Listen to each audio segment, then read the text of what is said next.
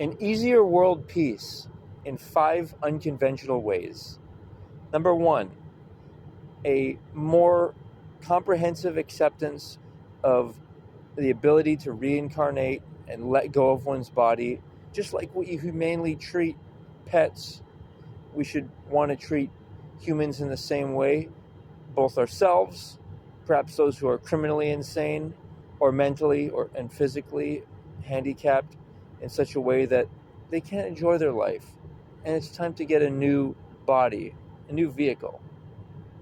Number 2, the desire for truth and love in relationships and not labeling anyone your personal authority.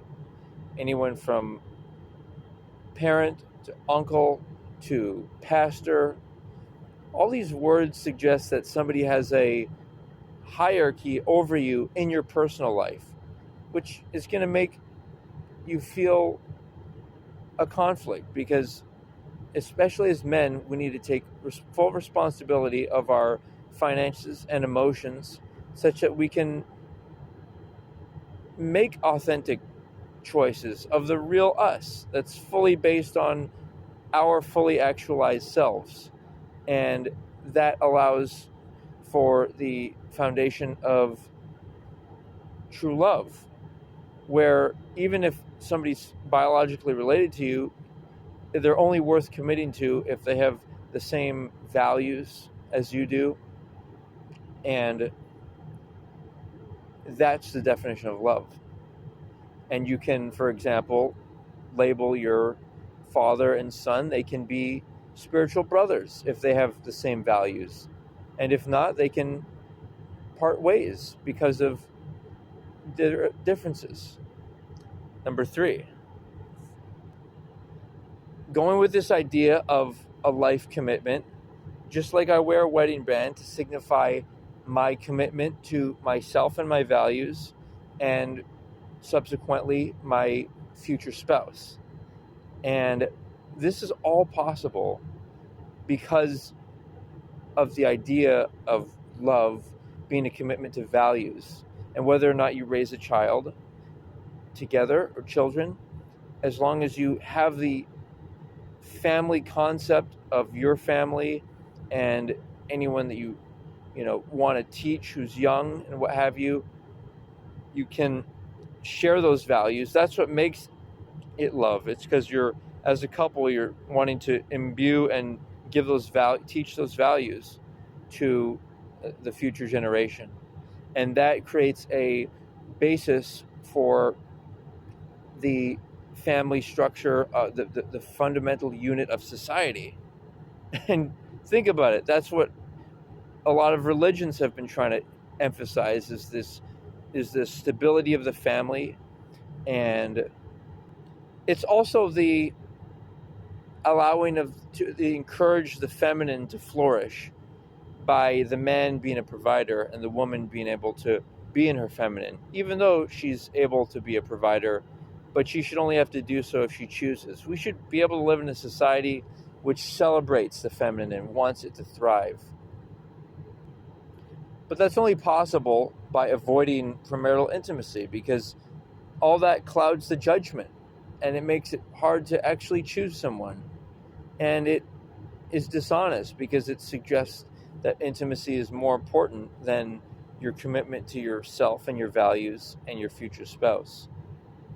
Number 4, this idea of light work, where you imagine people in your head, you imagine them smiling, you imagine brilliant streams of light streaming down around you, semicircle orbs of light, and like you can hold your fingers out like this, like a wand or with a crystal, and just imagine it beaming places. You can think yourself to be an angel flying across the sky, beaming bright white light on people you're upset at, people you're worried about in global conflicts, potential leaders around the world who might be targeted by dark forces.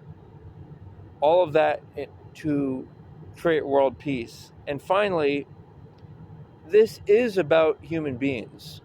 So a lot of people have gotten into this idea of pets rather than wanting to volunteer at a child's daycare for 1 day a week or what have you. And I think this is not prioritizing the human species. Ironically, I am a self-identified vegan, and I don't like to take on the karma of hurting animals and that, but I also think humans are more important than animals in that I am loyal to my species. If this is who we are, guys, we need to find ways, everything from not being so into the hobbies of trying to get the newest gadgets or cars, but really getting back into each other.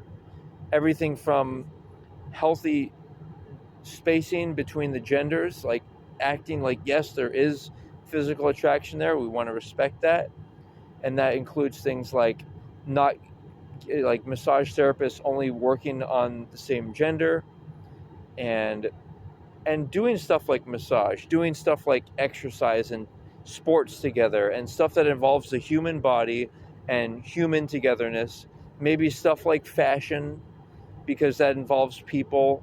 But when you start to get too far into the material, like spending on expensive fashion or cars or lifestyles, it delineates into this thing that's kind of this, like, everyone's filming like their own movie and trying to make the best movie and then post it on social media. That's not human behavior. That's involving digital screens. That's not a human. It's involving a machine like a car. That's not a human.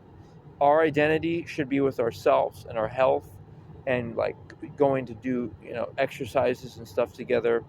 And when you add that all up together, everything from final self-personal authority and sovereignty, and doing the light work visualization, imagining people in your head smiling, and imagining bright white light around them, especially if you're upset at them, because the mind operates in cyclical imagery. So it's thinking, and then it's attracting, and law of attraction, and projecting and programming. It's all happening, and so we're being aware of that, and then we're really fine-tuning the definition of love to mean a commitment to values and a life commitment to people, and that you can choose who that is, and avoidance of premarital intimacy, because that confuses things, and of course it's also unhygienic, unloving, results in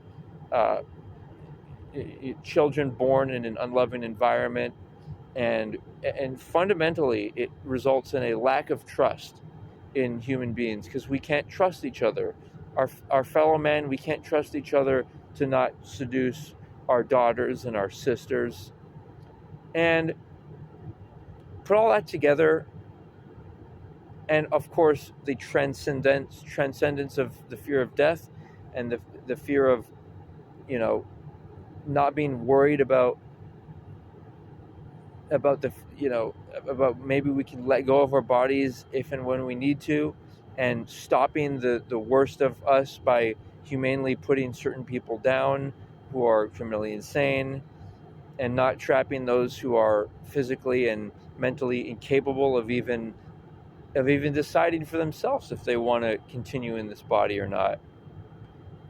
We are conscious, but to reach a heaven on earth, which is only possible on earth, it's not possible in heaven, curiously, because on earth is where we experience the duality of being able to see, oh, this is good, this is bad, let's aim towards the good, and that gives us a sense of meaning and purpose, which we would never want to be taken from us from some messianic figure or a Jesus hero or some supernatural forces or magical thinking. No, we want to enjoy our life and make the world better, and we need to prioritize our own species.